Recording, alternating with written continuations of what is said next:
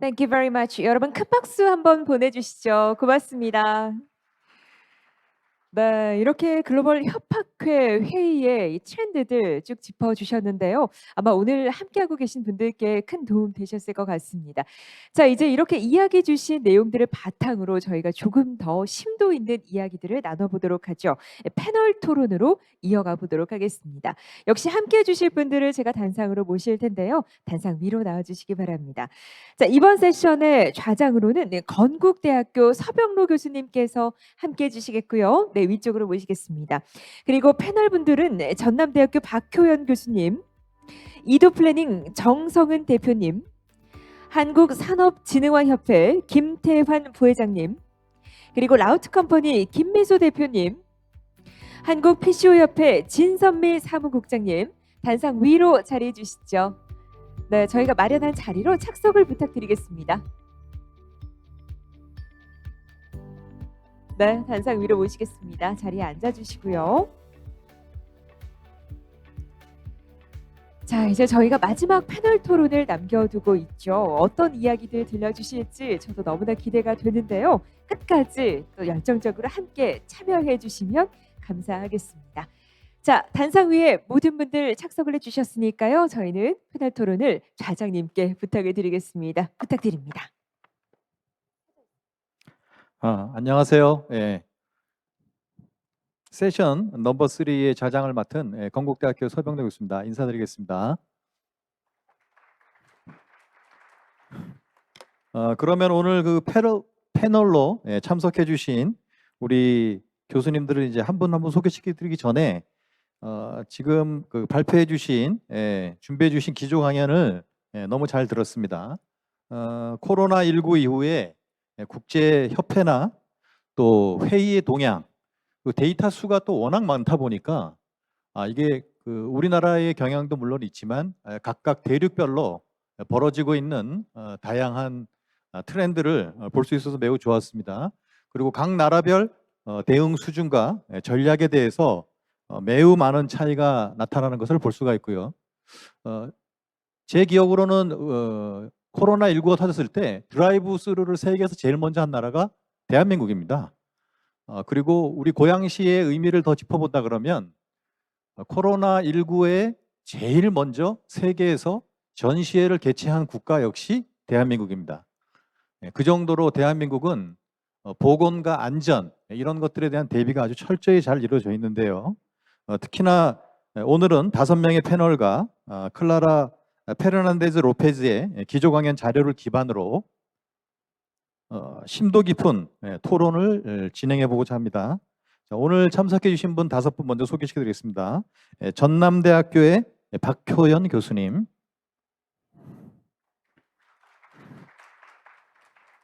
이도 플레이닝 대표를 맡고 있는 정성은 대표님, 한국산업진흥화협회 부회장을 맡고 계신 김태환 부회장님, 주식회사 라우트 컴퍼니 대표인 김미소 대표님, 대한민국 PCO 협회에 굉장히 무거운 어깨를 짊어 계신 우리 진선미 사무국장님. 어떻게 보면 이 제목이 굉장히 딱딱하고 어려울 수 있기 때문에 과연 코로나19와 엔더믹을 맞이하면서 지금 산업계가 굉장히 빠르게 준비를 하고 있는데 저희가 지금 이제 우리 클라라 페르난즈 로페지의 이 설문조사 자료를 기반으로 해서 내용을 전반적으로 저희 패널들과 함께 보면서 이런 것들이 과연 이제 한국에서는 2021, 22 그리고 23년도에 지금 이제 하반기로 돌입을 했는데 과연 이런 것들이 어떻게 적용되고 있는지, 그리고 제일 먼저 그와 관련해서 제가 주식회사 라우트 컴퍼니 우리 김미소 대표님께 트레이닝이 굉장히 빠르게 바뀌고 있지 않습니까? 지금 이제 협회나 학회 글로벌 트렌드에 맞춰서 굉장히 빨리 바뀌고 있는데 이러한 회의 서비스를 향상시킬 수 있는 방안들이 뭐가 있고, 또 최근에 보시면 뭐 기후 변화라든가 그다음에 미중 간의 갈등으로 인해서 여러 가지 변화들이 우리 이 마이스 안에는 뭐 다양한 정치, 경제, 사회, 문화, 역사 또 지역적인 뭐 이런 다양한 그 토론들이 벌어지고 있는데 2023년도에 협회와 학회의 트렌드가 최근에 어떻게 변모하고 있는지 그와 관해서 간단하게 좀 말씀해 주시겠습니까?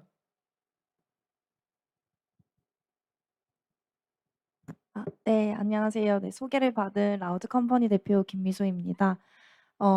저희 원활한 이 진행을 위해서 아까 이렇게 네, 바꿔주시는 이 키를 주신다고 했는데 어디? 자동으로 넘겨주시나요? 네, 그럼 진행하겠습니다. 네, 저희 이렇게 좋은 자리에 우선 초대해 주셔서 너무 감사드리고 이렇게 흥미로운 주제 그리고 중요하다고 생각하는 주제에 대해서 제가 이렇게 말씀 나누고 또 여러분들의 견해를 듣게 되는 자리에 이렇게 앉아 있게 되어서 정말 영광이라고 생각합니다. 간단하게 저희 회사에 대해서 먼저 소개를 해드리면 저는 이제 국제 회의를 포함한 관광 마이스 산업에서 학술 연구와 실무를 함께 진행하는 회사를 운영하고 있습니다.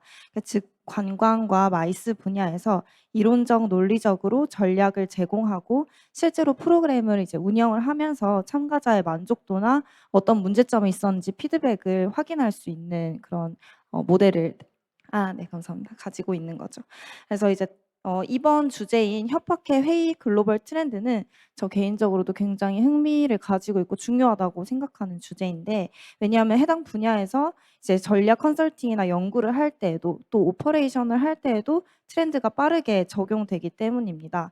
또 저는 개인적으로 국제 기구와 국제 협력에 관한 논문을 저술한 적이 있고 또 연구를 진행한 적이 있어서 코로나 이후에 변화되고 또 변화될 현상에 대해서 이 자리를 빌어서 이제 제가 의견을 조금 얘기를 해드리고 싶습니다. 먼저 저는 이제 주제 강연 너무 잘 들었고 또 2023년에는 어떤 또 비슷한 트렌드가 있는지 또 다른 트렌드가 있는지를 말씀을 드리고 또 우리가 어떤 방향성을 가지고 일을 해야 되는지에 대해서 말씀드리고 싶습니다. 다들 들으셨겠지만 말씀을 해주신 클라라 페르난데스 로페즈 그 대외 협력 이사님의 개요를 요약을 하면 약 28,000개 국제 협회를 대상으로 국제 회의 이슈에 대해서 설문조사를 지금 UIA에서 진행을 하고 있고 원래는 3년에서 5년마다 이 설문조사를 진행했는데 국제 정세가 발빠르게 변화하고 있기 때문에 2020년에서 2022년까지는 매해 설문을 했다고 하십니다. 그래서 이제 이번 설문조사의 대주제는 가상회의와 하이브리드 회의에서 공급자 또 컨벤션 뷰로는 어떤 역할을 해주어야 하는지 여쭤보셨고 2021년과 2022년의 설문의 차이에 우리는 주목을 하고 있습니다. 여기서 이제 도출된 트렌드를 간단하게 요약을 해드리면 회의의 중대형화가 이루어지고 있고 대면으로의 복귀가 진행되고 있으며 그럼에도 불구하고 50% 이상이 온라인 또는 하이브리드로 회의가 유지가 될 것이고 또 협회 내부에서 매출의 급격한 감소가 이루어지고 있고 회원수가 감소가 이루어지고 있다라는 현상을 말씀해 주셨고 또 CBB의 역할에 대해서는 장소에 대한 지원이 필요하다. 숙박과 기술 지원이 필요하고 행사 계약에 대한 유연성 확보와 하이브리드 이벤트 지원을 해주어야 한다라는 설문조사 어떠한 대응을 말씀해 주시지는 않지만 이런 설문조사를 통해서 사실과 인식을 저희는 알 수 있었습니다. 그래서 사실 국제 정세가 급변하는 만큼 주제 강연에서 2021년과 2022년의 설문 결과가 다소 차이를 보였는데요. 사실 이 국제 정세가 불확실하다, 불확실성이 고조되고 있다라는 문구는 지금 일어나는 현상이 아니라 2018년에 제가 국제 협력에 대한 중요성에 관한 논문을 작성했을 때도 제 논문 첫 문장에 나와 있었습니다. 정확히는 국제사회는 다양한 영역이 복합적 불규칙적으로 작용하고 있고 이로 인해서 국가 간의 갈등을 초래하고 새로운 지식체계를 공유할 필요성을 가진다. 그래서 국제회의의 역할이 역할을 강조하는 결과로 이어진다라는 문장으로 제 논문이 시작되고 있습니다. 약 5년이 지난 지금 더욱더 국제회의 역할이 중요해진 것 같은데요. 팬데믹 창궐과 정쟁과 같은 불확실성에 대응을 하고 문제 해결을 위해서 전문가들이 공통의 문제를 논하는 협회와 학회의 중요성이 더욱 증가된 것 같기 때문입니다. 사실 이 의사결정권자들이 협회와 학회에 많이 이제 회의를 진행하고 계시는데요. 이러한 대담자들이 양자 간, 다자 간 협력을 할 수밖에 없는 지금 환경에서 이 협회, 학회 회의가 문제 해결의 수단이 된다고 생각을 합니다. 그렇다면 이제 그렇다 할지라도 저희가 비대면 활동과 대면 활동을 나누어서 이제 생각하시는 분들도 많으실 텐데요. 이런 디지털 르네상스를 팬데믹을 통해서 저희가 회의 활동에 접목을 하면서 활동들에 대한 가치 변화를 모두 느끼시고 계실 거라고 생각합니다. 이 비대면을 위해서 이렇게 패러다임이 변했지만 저는 디지털 전환이 목적이 아닌 수단, 즉 보완제의 역할을 한다라고 생각을 하고 또 이를 뒷받침하는 많은 연구가 도출되고 있습니다. 저희가 이렇게 뭐 코로나로 인해서 우울증에 걸렸다라는 말을 많이 하는데 사실 뭐 '바이러스에 감염될 것이다.'라는 걱정에서 비롯되기도 하지만 비대면 생활에 너무 젖어 있기 때문에 사람들이 또 우울감을 느끼고 언택트 회의를 위해서 기술을 많이 발전시키기는 하지만 과연 오프라인을 온라인이 완벽하게 대체할 것인가라는 물음을 계속해서 저희는 던지고 있습니다. 사실 2020년 이후에 재택근무를 많이 도입을 하면서 생산성이 늘어났다라는 이제 결과가 나오기도 하지만 이에 대한 반박으로 기존에 사무실 근무를 하던 사람이 재택근무를 돌렸을 시에 생산성이 12% 낮아졌다라는 결과도 있습니다. 이러한 맥락에서 제가 말씀드리는 2023년 핫한 회의 트렌드가 첫 번째 회의 트렌드가 도출이 되는데요. 많은 회의 이해 관계자들이 어디서 만나느냐가 그 어느 때보다 중요하다는 것을 깨달았다고 합니다. 이렇게 온라인 공간이 아닌 오프라인 공간에서 목적지가 단순한 질이 그 이상이라는 것을 많은 사람들이 느끼게 되셨습니다. 팬데믹 시기에 대면 활동에 많은 기회비용을 지불해야 한다고 느낀 사람들은 대면 활동에 더 많은 가치를 부여하고 더 많은 경험을 창출해야 한다고 생각하기 때문입니다. 이 도시는 지리가 아니라 콘텐츠의 배경의 역할을 하면서 저희 같은 이런 참석자들이 주인공이 되어 또 그들이 즐기는 무대를 연출해서 참가자들의 경험을 증진할 수 있습니다. 특히 이 경험을 중요시하는 의사결정권자가 된 이 밀레니얼 세대들이 있습니다. 밀레니얼 세대들은 물질보다 경험을 더 중요시하고 SNS를 통해서 경험을 공유하는 데 가치를 둡니다. 그래서 저희가 사실 이렇게 기술을 많이 사용하게 되는데요. 핸드폰이나 PC 화면 또는 패드 등을 이용해서 스크린에 더 익숙하게 됩니다. 그런데 아이러니하게도 이렇게 스크린에 익숙한 사람들이 대면 회의에 훨씬 더 큰 가치를 부여한다는 점입니다. 또 트렌드 중 하나는 개인 맞춤화된 회의 형식을 추구한다는 점입니다. 사실 이 고향 데스티네이션 위크에서도 이렇게 원하는 세션을 참가해서 내가 목적을 가진 어떤 인사이트를 얻겠다라고 참여하신 분들이 많을 텐데요. 이와 같이 참석 동기나 참석자들의 선호도, 행동에 따라서 페르소나를 생성해 참여할 수 있는 행동 양식을 더욱더 만들어주는 회의가 이제 트렌드라고 합니다. 그리고 네 번째는 이제 주절 강연에서 설문조사에서 저희가 봤던 거와 같이 그 이제 응답하시는 분들이 매출 감소 또 협회 회원 수가 많이 줄어들었다라는 결과를 도출했는데 이것은 네 번째 트렌드인 기술을 접목해서 회의를 더 풍부하게 하는 것에서 저희가 문제 해결을 할 수 있는데요. 아멕스, 시벤트 등 글로벌 미팅 이벤트 펌에서는 이제 이렇게 기술을 통해서 회의를 할 때 하이브리드 회의를 하는 것뿐만 아니라 비용 절감과 기획자의 생산성을 향상하고 출석률을 증가하는 이제 이런 방법들을 회사에서 고안한 프로그램을 이용해서 성과를 내고 있다고 합니다. 또 수요자 측면에서는 인공지능을 활용해서 다양한 회의 툴을 사용할 수 있죠. 그래서 저희가 이렇게 간단하게 회의 트렌드를 봤는데 그렇다면 저희는 이러한 핫한 트렌드들을 협회나 학회 회의에 어떻게 적용을 해야 될지를 고민을 해 보았습니다. 사실 제가 이렇게 많은 방법론들을 쓰고 있기는 했는데 오늘 이렇게 참석을 해 보니까 저희가 트렌드 그 안에 들어와 있다고 생각이 들더라고요. 오늘 기조 강연을 포함해서 고양 세션 또 오전 세션에서 여러 번 말씀해 주신 내용들 이 모든 것들이 트렌드라고 생각합니다. 그래서 이렇게 이제 적용된 것들을 협회나 학계 회의에 또 접목을 하고 또 서비스 수준을 이끌어 올린다면 또 지자체에서 다양한 지원들을 해 주신다면 새로운 표준이 될 수 있지 않을까 생각을 듭니다. 저는 그중에서도 특히나 공급자들과 지역 이해 관계자들에게 이렇게 트렌드를 이해시키는 게 굉장히 중요하다고 생각을 하고 사실 이것을 교육으로 말할 수도 있겠지만 오늘같이 GDW에 한번 참석해 보는 것만으로도 트렌드를 좀 느낄 수 있지 않나라고 생각이 또 들었습니다. 또 이렇게 회의를 개최하고 참석하는 데 그치지 않고 레거시를 발굴하고 R&D를 접목해 지속 성과를 추적해 나가는 노력이 또 필요하다고 생각합니다. 어 지 이러한 맥락에서 고양 특례시는 지속 가능성을 굉장히 중요하게 여기고 있고 이러한 부분에서 레거시를 발굴하시고 있고 또 GDW 개최와 더불어서 도시 차원에서 CJ 라이브시티, 테크노밸리 등 이제 참석자들을 위한 경험 증진을 위해서 인프라를 많이 구축하고 있다고 생각을 하는데요. 이제 이러한 고양시가 또 새로운 표준이 될 앞으로의 학회회의, 협회회의의 그 트렌드의 리더가 될 수 있다고 생각하고 저희 업계에서 도움을 드리고 싶습니다. 네, 감사합니다.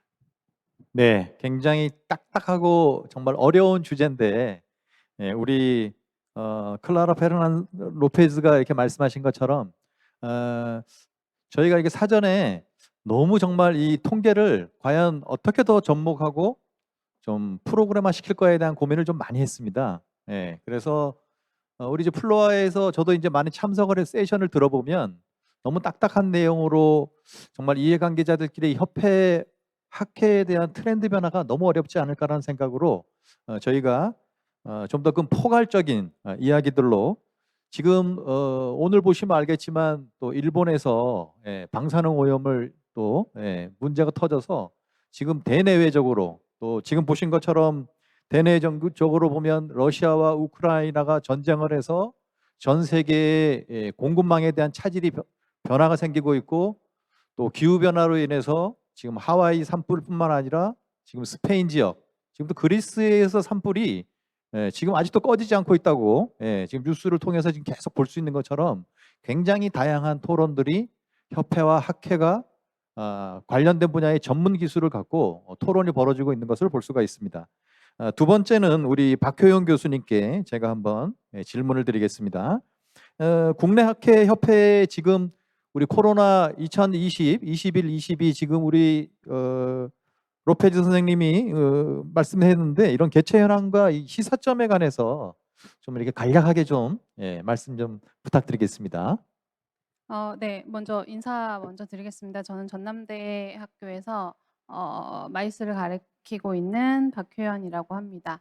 오늘 이렇게 중요하고 뜻깊은 자리에 제가 패널로 참석하게 돼서 너무 영광스럽게 생각을 하고 또 예전에 제가 그 학교를 가기 전에 협회에서 한 8년 정도 전시회랑 마이스를 했었던 것 같아요. 그래서 그런 좀 경험과 이런 것들을 공유할 수 있는 자리가 된 것 같아서 또 더욱 뜻깊게 생각을 합니다. 그 로페즈 이사님께서 전체적으로 그 코로나 전후를 비교하시면서 글로벌 이제 학협회 회의 개최 현황에 대해서 말씀을 해 주신 것 같아요. 그래서 오늘은 저는 이제 국내 관점에서 조금 더 포커스를 맞춰서 공유할 수 있는 그런 자리로 마련을 했습니다.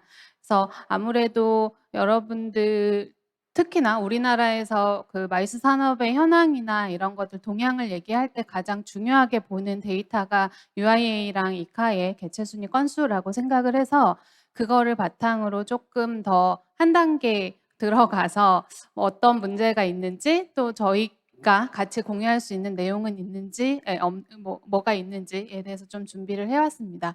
그래서 개최 현황이나 이런 것들을 좀 같이 먼저 보면 저희가 이제 코로나 이후에 이카 같은 경우는 전 세계적으로 한 75% 정도, 그죠? 그다음에 우리나라 관점에서는 한 55% 정도 개체 건수가 감소를 했습니다. 그리고 그게 한 뭐 50%에서 60% 정도는 다시 올라온 것 같고요. UIA는 오히려 조금 더 퍼센트로 보면 큰 타격을 받은 걸로 알고 있습니다. 그래서 아마 UIA랑 이카의 그 국제 회의를 인정하는 기준이 달라서 그런 거라는 거는 여러분들이 다 아실 수 있으실 거라고 보고, 그렇게 봤을 때 코로나 시기에 그래도 우리나라의 그 국제 회의를 이끌어갔던 그런 마켓은 그러니까 학협회 회의가 아니었나라는 생각을 합니다. 그래서 학협회 회의가 그나마 이 정도 버텨줬기 때문에 우리나라의 마이스 산업이 물론 많은 타격을 받았지만 그래도 지금 다시 빠르게 회복하고 있지 않나라는 생각을 하고 있습니다. 그래서 개체 건수랑 추이 이런 것들은 한번 보시면 좋을 것 같고요. 근데 단계는 좀 안타깝게도 많이 떨어졌습니다. 네, 많이 떨어졌습니다. 빨리 회복을 했으면 좋겠습니다. 예, 그래서 전체 이제 개체 건수는 코로나 이전 대비 70%가량 이제 회복을 한 걸로 나타났고요. 그다음에 근데 대륙별로는 좀 차이가 있습니다. 아무래도 코로나 이전하고 비교를 했을 때 미주, 유럽 중심의 시장이 좀 더 빠르게 회복한 것을 저희가 이제 데이터로서 확인을 할 수 있는데, 그거는 뭐 예측해 보건대 이제 아시아 국가들이 조금 더 코로나를 그러니까 리오프닝을 좀 더 늦게 했던 그런 경향이 있고요. 아직 중국 시장 같은 경우는 사실은 거의 오픈이 안 됐다고 봐도 무방할 정도이기 때문에 사실은 아시아의 그 마이스 시장을 좀 빠르게 이렇게 이끌어왔던 시장이 회복이 안 됐다는 그런 부분들을 반영하고 있는 걸로 알고 있습니다. 근데 제가 이제 나중에 좀 시간이 되면 한번 로페즈 이사님께 여쭤보고 싶은 게 하나 있는데, 아무래도 코로나 이후에 그 아까 데이터를 보면 말씀해 주셨던 걸 보면 목적지를 변화했다, 그러니까 목적지를 바꿨다라는 그런 통계들이 나왔습니다. 그래서 그런 부분에 있어서 혹시나 이런 국가나 대륙 간의 뭔가의 차이가 있었는지 그런 부분들이 만약에 있다라고 하면 좀 추가적으로 여쭤보고 거기에 대해서도 공유를 할 수 있었으면 좋겠다라고 생각이 들고요. 네. 그다음에 국가 도시별 순위입니다. 제가 사실은 뭐 3년치를 비교를 해보긴 했습니다만 슬라이드에는 2022년 기준으로만 갖고 왔는데요. 일단 UI 기준으로 보면 국가 순위는 우리나라가 8위를 했습니다. 네, 2017년, 16년 1위를 한 그런 기록을 봤을 때는 상당히 좀 많이 떨어졌고, 특히나 작년 대비 감소했다라는 게 조금 충격입니다. 그러니까 작년이 아니라 2021년 대비 인정을 많이 못 받았다라는 부분은 조금 좀 저희가 이유나 이런 것들을 분석을 해봐야 되지 않을까라는 생각이 들고요. 그다음에 도시별 순위에서 20위권으로 봤을 때는 서울만 유일하게 들어가 있는 걸로 나타나 있습니다. 네. 그래서 그런 것들이 조금 큰 폭으로 하락한 거 이런 것들이 좀 보여지고 있고요. 그다음에 이카 기준으로는 똑같습니다. 국가별로 보면은 미주, 유럽권 국가들이 많은 성장을 했고요. 아시아권에서는 한국, 일본을 제외하고는 대부분 유럽 국가임을 볼 수 있습니다. 네, 이렇게 보시면 되고요. 한국은 17위로 전년 대비 9단계 하락이 됐고요. 싱가포르, 서울이 유일한 아시아권 도시로 나타났습니다. 그래서 이런 것들 보시면 되고, 이런 것들을 봤을 때 사실은 우리나라에서 아까도 말씀드렸듯이 UI 기준으로는 온라인 행사 인정률이 많이 감소한 게 전체적으로 2022년도에 우리나라 순위가 많이 떨어진 그런 이유라고 좀 분석이 되고요. 그다음에 이카는 사실은 2022년부터는 온라인 행사는 인정하지 않고 있습니다. 2020년과 2021년에는 하이브리드 온라인 행사를 좀 인정을 해줬었는데 2022년부터는 다시 대면 행사만 인정하는 그런 부분들이 있어서 좀 그 순위에 차이가 있었다는 걸 여러분들이 이제 아시면 좋을 것 같고요. 그 다음에 인정 행사를 좀 유형별로 분석을 해봤습니다. 그래서 전체적으로 UIA도 단발성 행사를 좀 많이 인정하지 않고 있는 추세라는 것들을 저희가 좀 파악을 할 수 있었습니다. 그래서 어쨌든 이 학협회 순회성 행사들을 좀 키우고 경쟁력을 강화하는 게 국내의 마이스 산업, 마이스 시장의 경쟁력을 높이는 것과 좀 연계될 수 있겠다라는 그런 생각을 하고 있습니다. 네. 그다음에 마이스 산업통계 기준으로 해서 국내 이제 학협회 행사들의 추이를 좀 보고자 합니다. 그래서 전체 개최 건수는 전체 우리나라의 마이스 행사 건수에서 학협회 회의가 차지하는 비중은 20% 정도 됩니다. 협회 회의가 15% 정도로 더 많고요. 그다음에 학회 회의가 4.9% 정도 되는데 개최 비율은 그러니까 개최 비율과 전체 비중에서 차지하는 비율은 비슷합니다. 그래서 추이는 크게 변동이 없다라고 보시면 좋을 것 같고요. 다만 총 개최 건수는 2021년 대비 2022년이 50% 정도 증가를 했습니다. 그래서 어쨌든 마이스 산업이 지금 뭐 그냥 저희 업계에서 얘기하는 게 그래도 한 70~80% 정도까지는 회복하지 않았냐라고 했을 때 작년에 한 50% 정도 회복한 걸로 이렇게 볼 수 있을 것 같고요. 그다음에 저희는 오히려 미팅 규모의 행사 위주로 빠르게 회복을 하고 있습니다. 네. 그래서 컨벤션 규모의 행사들은 사실은 2022년도에 거의 없었다라고 볼 수 있고요. 그 비중이 상당히 낮았고, 그래서 그런 대규모 행사들이 좀 빠르게 회복을 해줘야 되지 않을까라는 생각을 하고 있습니다. 그다음에 분야별로는 기업 경영, 교육, 의학, 그다음에 과학기술 분야의 그런 행사 주제를 갖고 있는 학협회들이 많이 개최가 됐고요. 특히나 2020년 대비 기업 경영이랑 과학기술 분야 행사들이 많이 증가한 거를 볼 수 있었습니다. 그다음에 행사 예산은 1,000만 원 미만, 행사 기간은 뭐 1일에서 2일 행사가 거의 대부분을 차지했고요.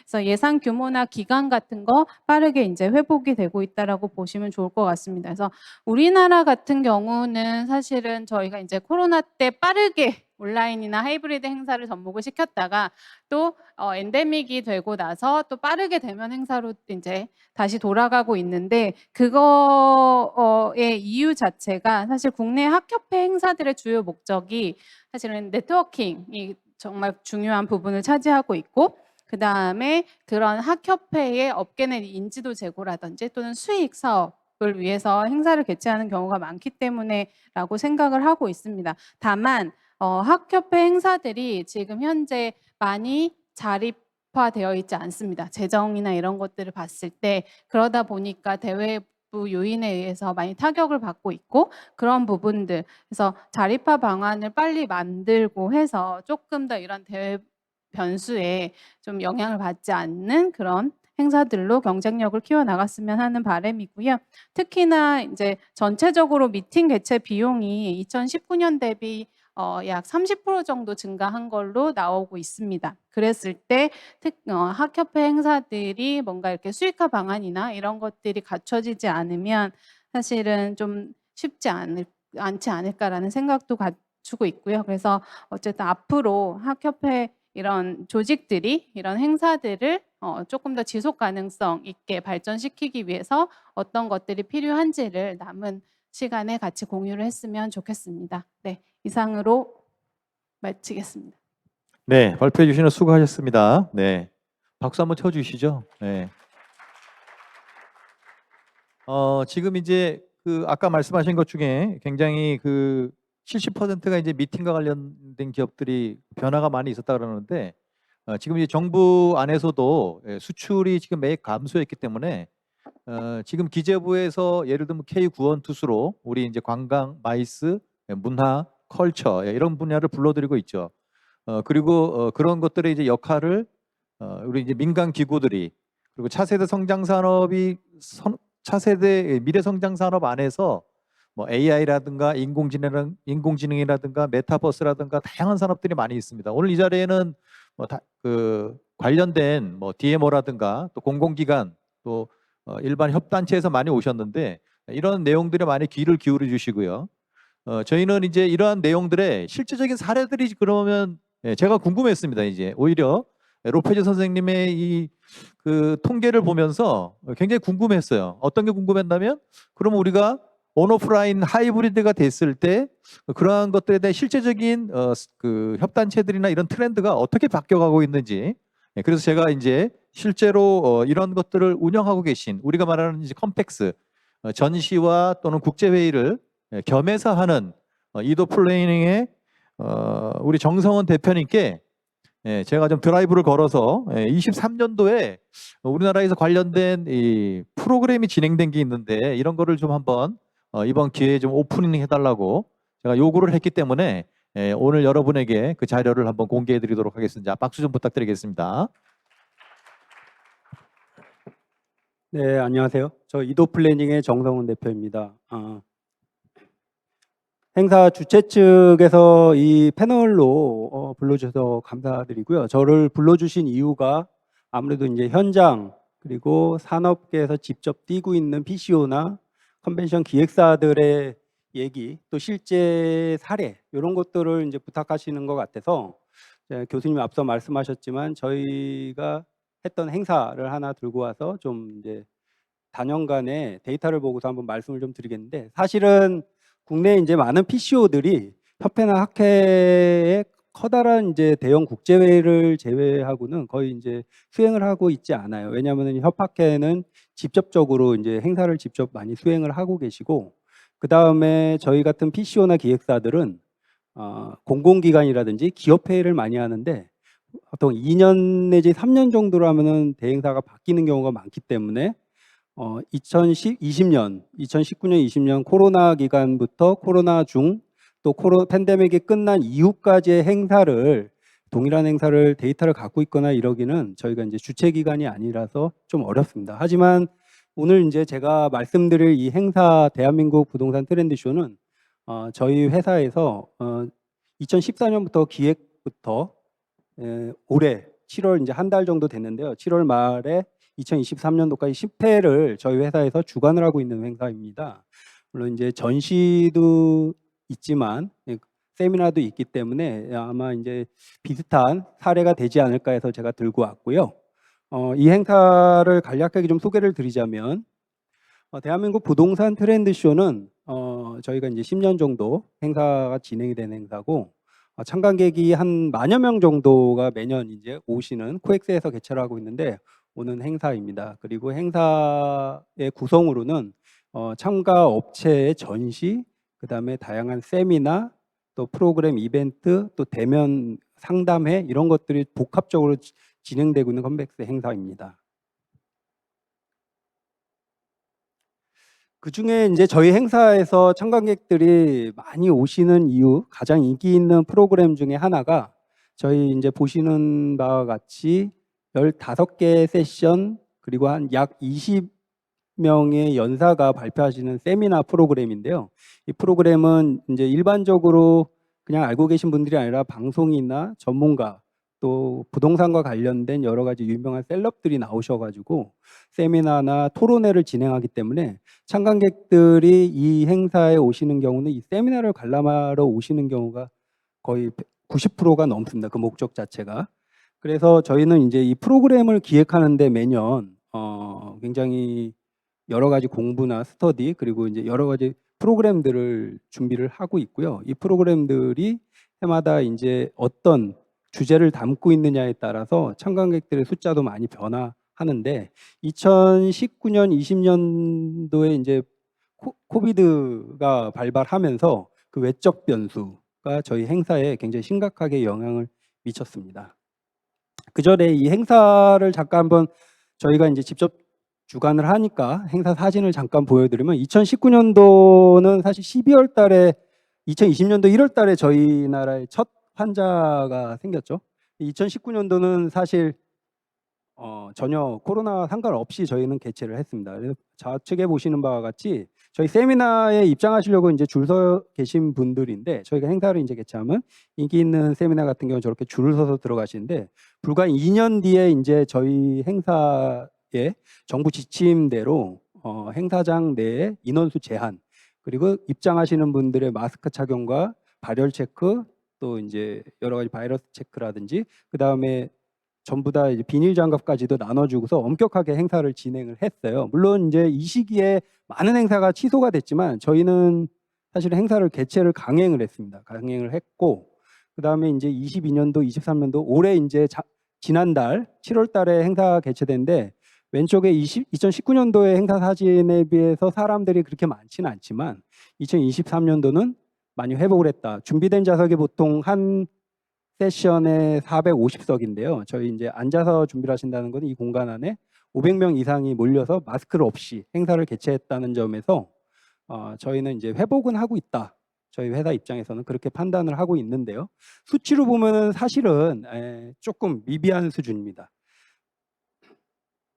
오늘 행사 주제가 리턴 투 마이스인데 저희 현장에서 느끼는 PCO들은 아직까지 리턴 투 마이스 하지 않았고요. 여기 이제 데이터를 보시면 아시겠지만 2019년도부터 저희 데이터를 가져왔는데 2019년도, 20년도 코로나가 발발했음에도 불구하고 아직까지 국내에는 심각한 영향을 미치지 않았던 때예요. 그래서 저쪽에 제가 팬데믹 시츄에이션 써놨지만 2020년도에는 정부 규제가 그렇게 심하게 진행이 되지 않았던 7월 달에 저희 행사가 개최됐습니다. 그래서 제가 알기로는 12월부터 5인 이상 거리두기 제한 정책이 됐고 행사장 입장객 수 제한을 저희 현장에 해서 코엑스라든지 각종 컨벤션 센터 그리고 호텔 등의 행사가 개최했을 때 관련 지자체에서 나오셔가지고 숫자를 일일이 세신다든지 관련한 자료라든지 차가객들의 마스크 착용 여부들을 직접 검수를 하셨거든요. 저희가 이제 그런 것들에 대한 제안을 받았습니다. 근데 보시는 바와 같이 19년도, 20년도까지 이제 숫자가 늘고 있었어요. 오프라인으로 진행을 하던 행사였기 때문에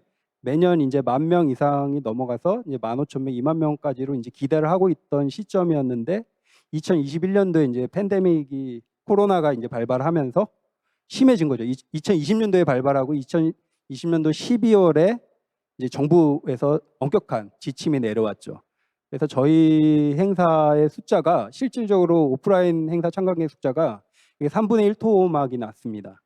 그래서 저희도 오프라인으로 행사를 개최를 이제 참가객 숫자를 제한하면서까지도 개최를 하면서 저희가 이제 하이브리드 형태를 도입을 당연히 PCO라면은 또 이제 기획사나 협학회도 마찬가지로 진행을 하셨을 텐데요. 많은 기획사들이 저희가 이제 온라인으로 동시에 하이브리드 형태 진행을 했을 때 1,000명이 넘는 온라인 하이브리드 참가자가 있었습니다. 그래서 전체적으로 봤을 때는 어쨌든 한 3분의 1 수준을 넘지만 2021년도에 저렇게 숫자가 대폭 줄었고요. 그 다음에 이제 22년도와 23년도를 보시면은 아시겠지만 오프라인은 확실히 늘고 있습니다. 특히 2022년도에는 숫자가 이제 많이 늘었는데요. 온라인은 확실히 줄었죠. 네, 줄었습니다. 그리고 2023년도의 결과를 보시면요. 사실 올해 같은 경우 행사는 마스크 프리였기 때문에 2019년도나 20년도하고 개최 상황은 거의 똑같았습니다. 하지만 14,000명이었던 행사가 올해 이제 아직까지 그 정도의 수준을 회복하지는 못했고 온라인 같은 경우는 작년에도 반토막이 났습니다. 따라서 현장에서 PCO들이 느끼는 행사장 또 행사의 기획에 있어서 온라인의 프로그램이 오프라인을 대체하면서 같이 갈 수 있겠느냐. 앞서 이제 페르난데즈의 발표를 보면은 하이브리드 형태의 컨벤션이 한 50% 이상이 지속될 것이다라고 예측을 하시는데 현장에서 느끼는 느낌은 하이브리드 형태가 지속이 될 것이냐. 저희는 사실 그렇게 보지 않거든요.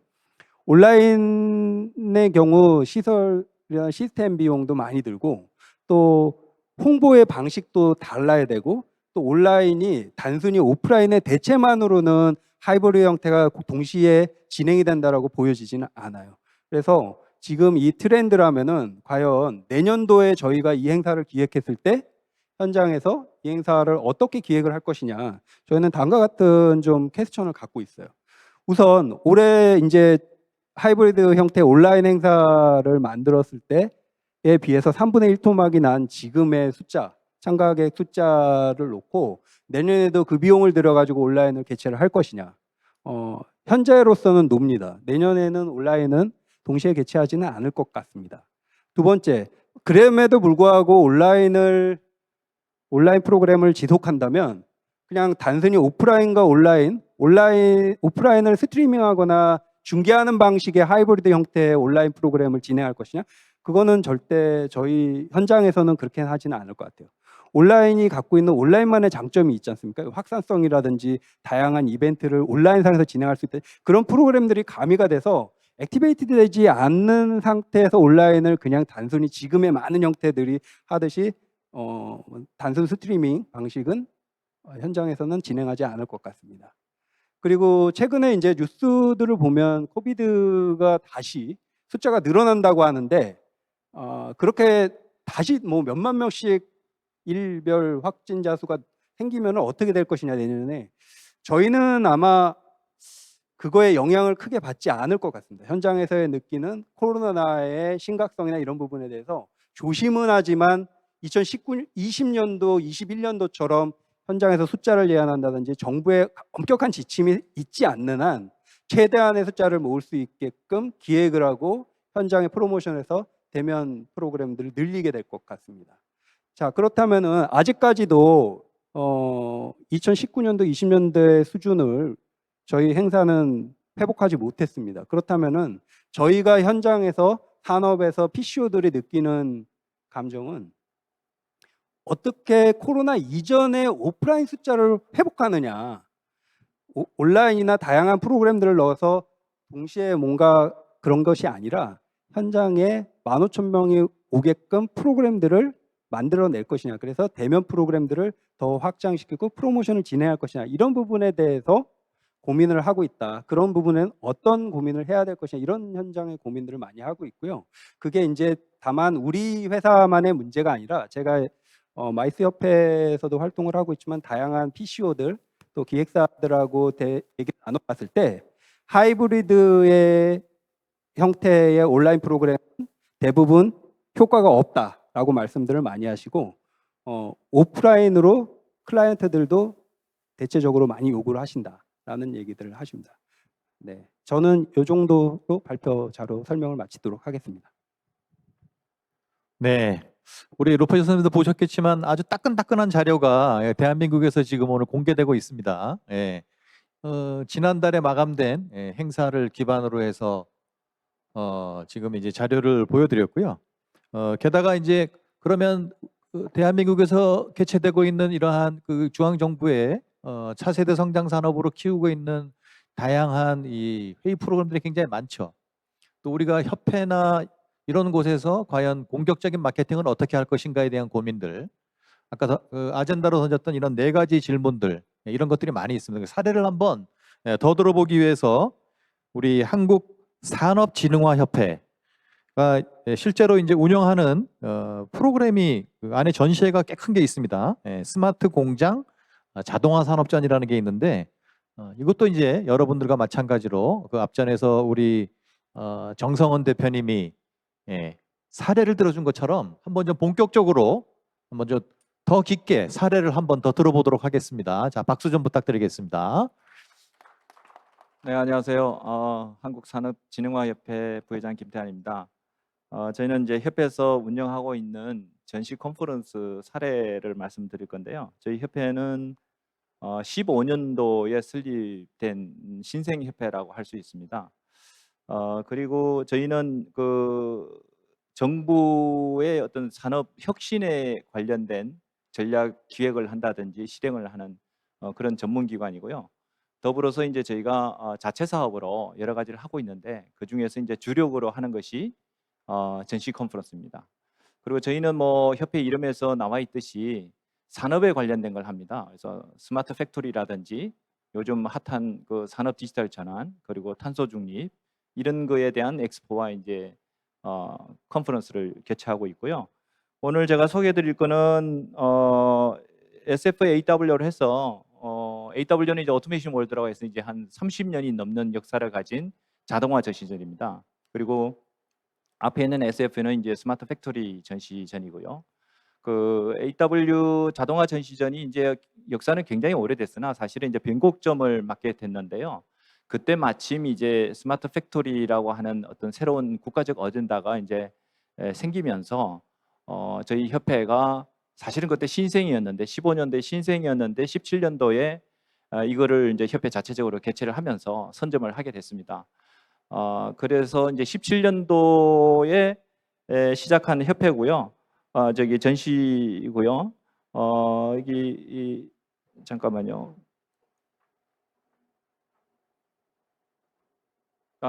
뒤로 가야 되는데. 이 자료가 좀 뭔가 그 앞자리 몇 장이 좀 생략된 것 같네요. 그래서 그 협회가 하고 있는 그 스마트 공장 자동화 전시전의 어떤 5년간의 어떤 추이를 저희가 봤을 때는 저희가 19년도에 3회째 협회 그 전시회를 했는데 저희가 이 개최하는 장소가 사실 코엑스입니다. 코엑스에서 이제 전체 규모가 2,000 부스 정도거든요. 근데 이제 13회째 19년도 행사가 1,735 부스를 저희가 했어요. 그래서 거의 한 87%를 3년 만에 달성을 했고, 그래프에서 보시는 바와 같이 그 다음해인 20년도에는 이제 코로나 때문에 이제 직전에 이제 저희가 취소를 했습니다. 그래서 개최를 못하게 됐고, 그 다음에 21년도에는 거리두기 제한을 두고 이제 개최를 했고요.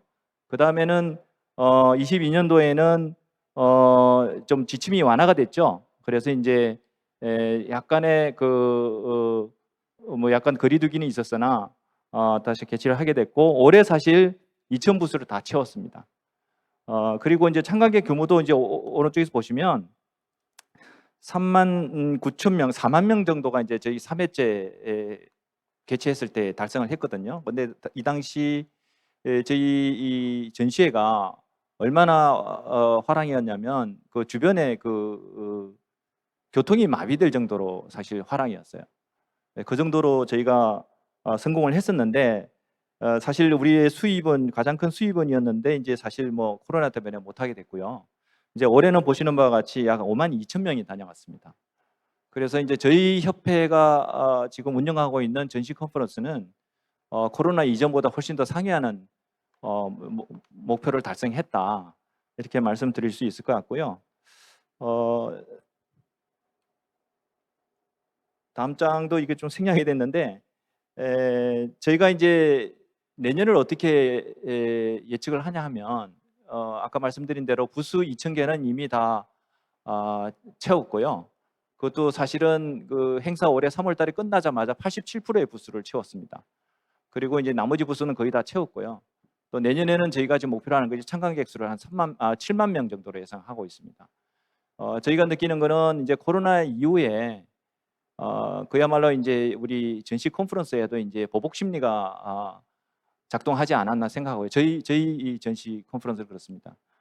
그렇게 하고 제가 예를 못 들었는데 사실 탄소 중립 엑스포도 저희가 작년에 이 킨텍스에서 했고 이제 올해는 부산 백스코에서 했는데 전관을 다 채웠고요. 약 한 350개 기업이 나오고 한 24,000명이 단양하는 그런 대규모 행사입니다. 그리고 여기 보시는 그리고 이제 제가 또 하나 말씀드리고 싶은 것은 이제 저희가 이제 국내에서 이제 어느 정도 성공을 하다 보니까 해외에 눈을 돌려야겠다는 생각을 하게 됐어요. 그래서 일단 저희가 전시 컨퍼런스를 갖다 동남아 시장이라든지 중앙아시아 시장에 수출하는 걸 지금 검토하고 있고요. 더불어서 지금 저희 코엑스랑 같이 개최를 하고 있는데 인바운드 쪽에 예를 들면 우리가 이제 산업 시찰하러 바깥으로 많이 나가는데 동남아라든지 아니면 중앙아시아에 계신 분들이 한국에 들어오게끔 하는 그래서 전시 컨퍼런스도 참여하고 또 우리 한국에 어디 발달된 산업 시찰도 하고 더불어서 저희는 요즘 이제 K컬처까지 좀 접목을 해서 좀 좋은 상품을 발굴해서 이제 인바운드 비즈니스까지 좀 해보고자 합니다. 지금 여기 보시는 그래프는 이제 그 스마트 팩토리 엑스포랑 같이 열리는 이제 부대 행사인데요. 산업진흥화 컨퍼런스라고 해서 마찬가지로 이제 저희가 코로나 이제 지나면서 사실 이제 회복을 다 한 것 같고요. 그렇게 봐주시면 될 것 같고요. 마지막으로 요거는 이제 다른 또 저희가 하고 있는 오래된 그 컨퍼런스인데 이 컨퍼런스는 코로나가 있던 20년, 21년, 22년, 3년 동안을 온라인으로 했습니다.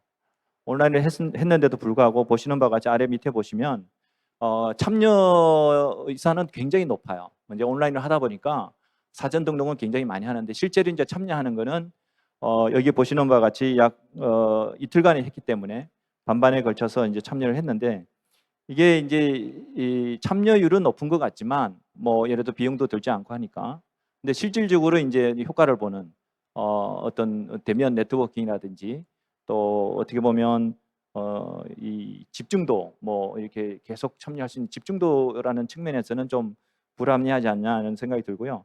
근데 이제 이 행사는 저희가 온라인의 장점도 있고 오프라인의 장점도 있기 때문에 한 해는 온라인으로 하고 한 해는 오프라인으로 하고 하는 그런 것도 지금 저희가 고민 중에 있습니다. 이상으로 제 발표를 마치겠습니다. 감사합니다. 네, 감사합니다. 예.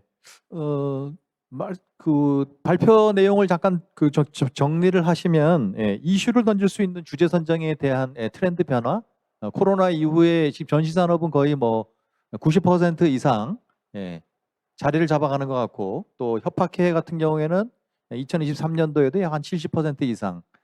그래서 글로벌 트렌드라는 것은 바로 이제 시장을 선도하는 협회나 또는 학회들이 과연 그러한 시장에 대한 규모의 경제를 어떻게 이해하고 또 홍보 마케팅을 전술적으로 잘 펼쳐나가냐가 매우 중요한 것 같습니다. 마지막으로 우리 이제 PC협회 사무국장님께는 코로나 기간 동안에 우리가 이 마이스 업계 위기 극복을 위해서 정부기관, 또 문화체육관광부나 또 한국관광공사가 중심으로 해서 과감하게 선조치 정책으로 지역의 희망 마이스 포럼 같은 것들을 이제 개최하면서 K 마이스 희망 포럼이라는 뭐 이런 다양한 것들 그리고 지역 특화라든가 이런 것들을 통해서 산업 생태계 복원을 위해서 굉장히 많이 노력을 했습니다. 그 중심지에 바로 그 중심에 우리 한국 PC협회가 있었는데 그러한 사례들을 보면서 과연 지역들은 이런 위기 극복에 됐을 때 과연 어떠한 주제와 어떤 지역 특화를 통해서 또 그러한 시장을 리딩해 나갈 수 있었는지 그런 것들에 대한 사례를 좀 한번 골라서 안에 있는 내용들을 간추려서 말씀드리도록 하겠습니다. 네. 네, 안녕하십니까. 방금 소개받은 한국 PC협회 진선미라고 합니다. 네, 일단 저도 마찬가지로 중요한 자리에 초대를 해주셔서 감사드리고, 그 좌장님 말씀하신 것처럼 저는 PCO 협회에 있으면서 문화체육관광부 보조 사업을 진행하고 있고, 또 저를 불러주신 이유가 그런 그 중앙정부 차원에서 마이스 산업을 이끌어가는 주무부처에서 어떤 방향을 가지고 있고, 산업적으로 어떤 방향성을 가지고 이제 하고 있는지 정책적인 이슈랑 좀 연결해서 얘기를 하는 게 좋겠다라고 생각을 해서 협학계 컨벤션 현황을 정부 지원 사업 중심으로 좀 정리를 해보려고 합니다.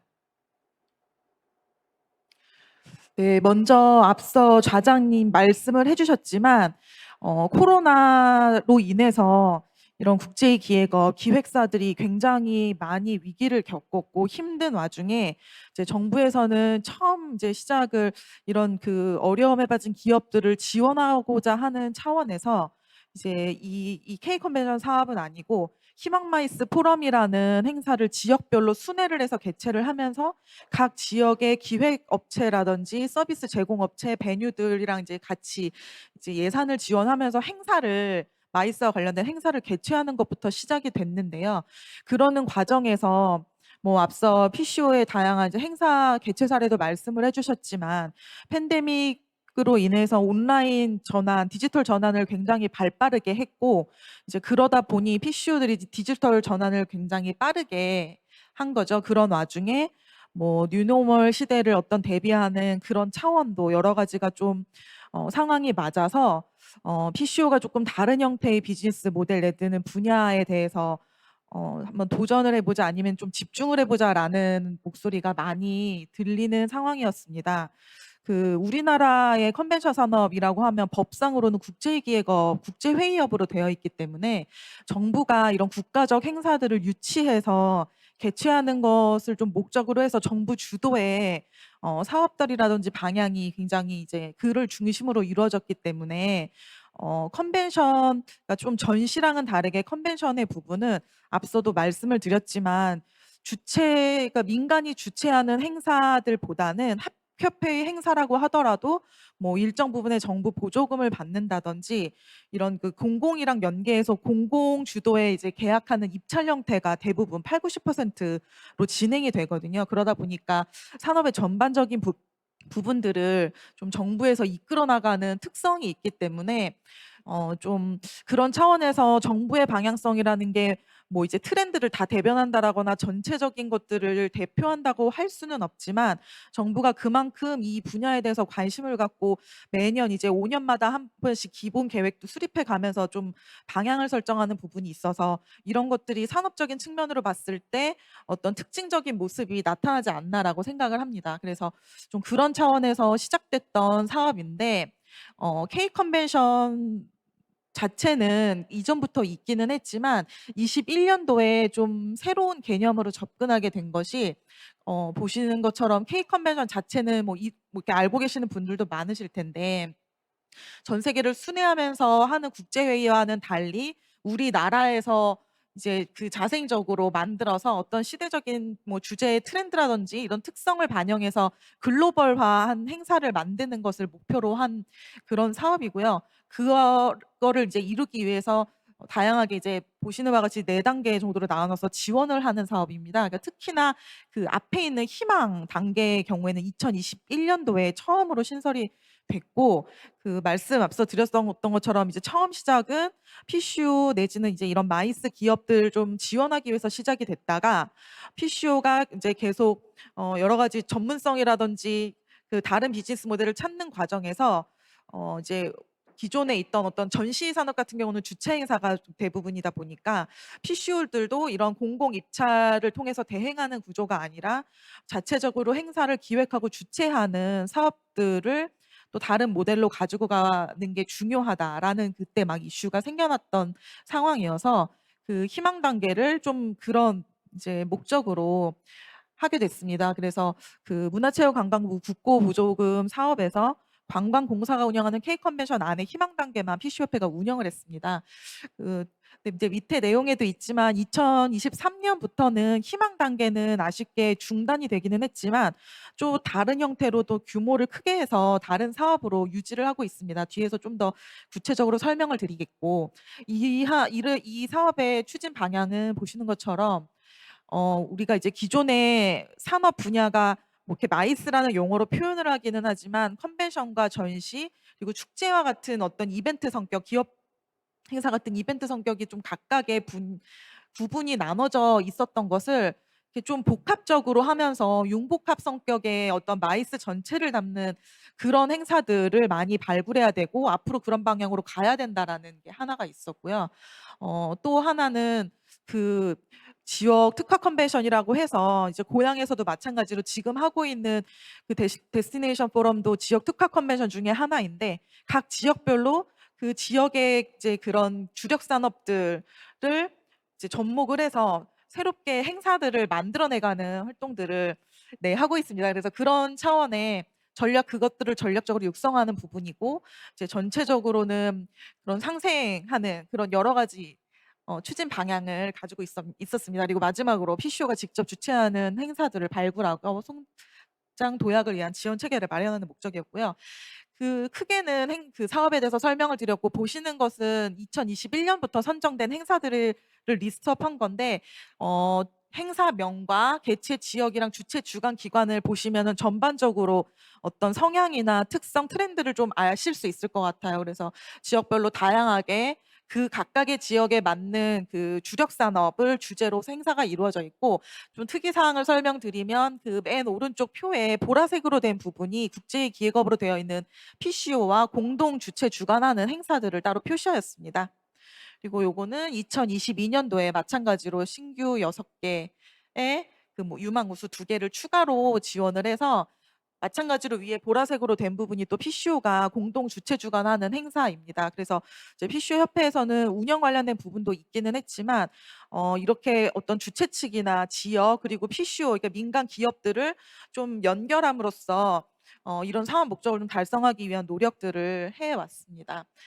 그리고 요거는 이제 23년도에 신규 단계가 없어지기는 했지만 지속해서 이렇게 나온 결과를 보고 계시고요.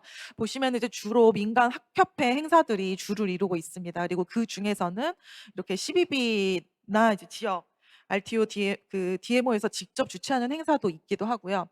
그리고 이제 이 행사도 이제 간단히 말씀을 드리면 앞서 K 컨벤션의 희망 단계가 없어지면서 좀 민간이 주도를 하면서 규모가 더 큰 행사들 좀 만들어서 좋은 사례를 만들자는 차원에서 예산의 규모도 좀 늘리고 이제 3년 동안 지속 지원하는 사업으로 올해는 이제 바뀌게 됐습니다. 그래서 이제 목적 자체 제목이 융복합 국제회의다 보니까 컨벤션이나 국제회의가 메인이기는 하지만 말씀드렸던 것처럼 민간이 주최하면서 지속성을 가지고 좀 더 확장을 해 나가기 위해서는 수익 모델이라든지 좀 이제 대상도 확대해 나가는 게 좋기 때문에 컨벤션이라고 해서 국제회의만 하지 않고 전시라든지 이벤트의 요소를 다양하게 융합해서 하는 그런 이제 대규모 그 국제회의를 개최하는 것을 지원 사업으로 하고 있습니다. 그래서 네, 목적이라든지 대상들은 보시면 되겠고 이제 마지막으로 올해 선정된 행사가 이렇게 총 4개가 있습니다. 그중에서 세 번째 보시면 이제 고양 컨벤션 뷰로와 이데일리 이제 오픈 오디오시라는 PCO에서 공동으로 이제 주최하는 행사가 또 개최될 예정이고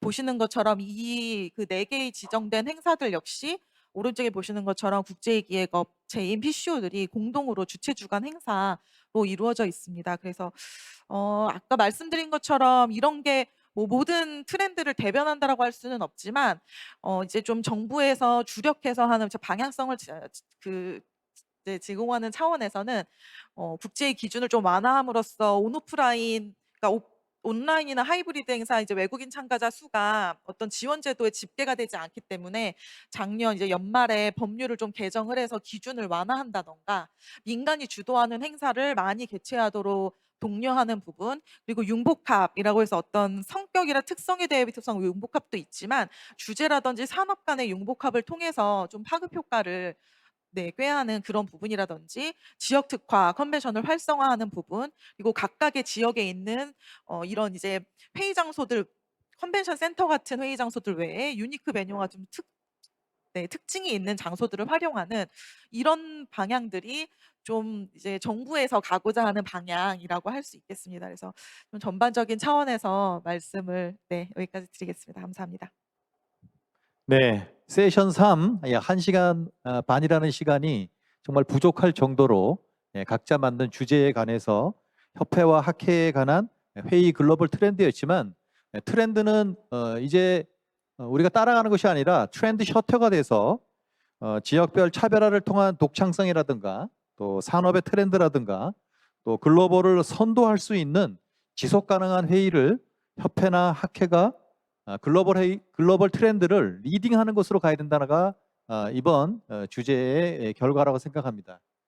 앞으로 이러한 그 지역에서 228개의 시군들이 있지만 앞으로 더 공격적인 회의를 통해서 민간 협회나 학회가 회의를 리딩하는 기관과 도시로 돼서 성장하기를 바라는 마음에서 제3세션을 모두 정리하도록 하겠습니다. 기조 강연을 해주신 우리 클라라 페르난즈 로페즈 선생님께 감사를 드리고 5분의 패널 정말 수고 많이 하셨습니다. 굉장히 어려운 주제였는데 준비해 주시는 과정이 많았기 때문에 자, 박수 부탁드리면서 모두 정리하도록 하겠습니다. 감사합니다. 네, 고맙습니다. 좌장님께도 박수 부탁을 드립니다. 고맙습니다. 자, 이제 함께 해주신 분들 앞쪽으로 서주시고요. 저희 사진 촬영에 빠질 수가 없겠죠. 오늘 사진 촬영으로 마지막 세션 패널 토론을 마무리해 보도록 하겠습니다. 자, 한 걸음 정도 앞쪽으로 서주시면 감사하겠습니다. 자, 온라인으로 함께하고 계신 역시 우리 대담자님도 촬영을 하도록 하겠습니다.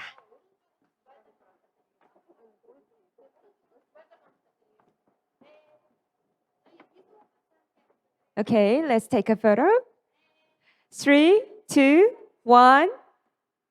네, 여러분 다시 한번 큰 박수 보내주시고요. 화이팅! 좋습니다.